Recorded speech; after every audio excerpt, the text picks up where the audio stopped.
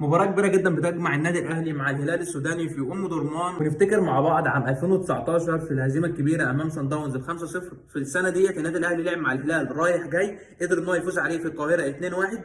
جاب الجون حسين الشحات ورمضان صبحي، وفز في الإياب الجون بتاع محمد مجدي قفشة في الدقيقة 93 وهدف التعادل، والماتش ساعتها خلص بالتعادل في أم درمان. ودي كانت المناسبة الأولى اللي انتهت بالتعادل، الأهلي فشل إن هو يفوز فيها. وبالنسبه لسنه 2021 النادي الاهلي قدر ان هو يفوز على الهلال في مباراه الذهاب 1-0 في القاهره، سجله حسين الشحات.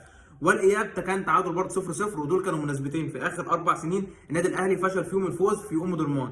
فالنهارده ماتش كبير جدا للنادي الاهلي، اتمنى طبعا ان النادي الاهلي يقدر ان هو يفوز النهارده ويسجل اهداف. وعندهم برضه غيابات، عندهم عبد الرازق الطيب المدافع بتاع الفريق خد طرد في مباراه صن داونز.